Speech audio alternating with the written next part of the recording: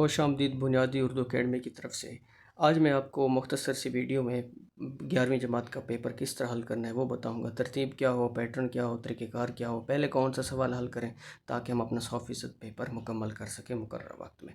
سب سے پہلے ہم نظم کا خلاصہ کریں گے، اس کے بعد ہم رسید کریں گے۔ رسید کا طریقہ کار بھی آپ دیکھ سکتے ہیں کہ کس طرح سے مختصر اور شاندار لکھی گئی ہے۔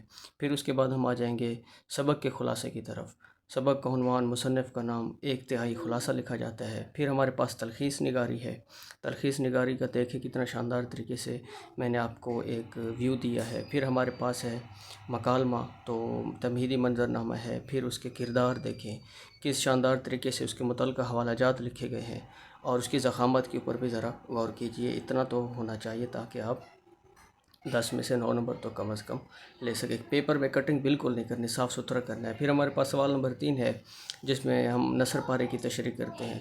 نثر پارے کی تشریح میں نثری حوالہ جات دیکھیں کس طرح شاندار طریقے سے لکھے گئے ہیں۔ اس میں شعری حوالہ تو نہیں لکھا جاتا، زیادہ سے زیادہ ایک لکھا جاتا ہے، وہ بھی اگر اس کے متعلق ہو۔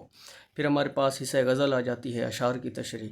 تو غزل کا عنوان نہیں ہوتا، اس وجہ سے شاعر کا نام لکھیں گے۔ پھر ہم ہر شعر کا مفہوم لکھیں گے، پھر اس کی تشریح لکھیں گے، تشریح کے ساتھ اس کے حوالہ جات لکھیں گے۔ اس طرح سے ہم نے غزل کے ہر شعر کی تشریح الگ الگ کرنی ہے۔ پھر اس کے بعد ہمارے پاس حصہ نظم میں نظم کا عنوان، شاعر کا نام، اور پھر ہم نے نظم کے اشعار کی تشریح ایک ساتھ کرنی ہوتی ہے۔ بس جہاں سے اب دوسرے شعر کی تشریح شروع کریں تو مارکر سے تھوڑی سی ہیڈنگ دے دیا کریں۔ سلامت رہیں، خدا حافظ۔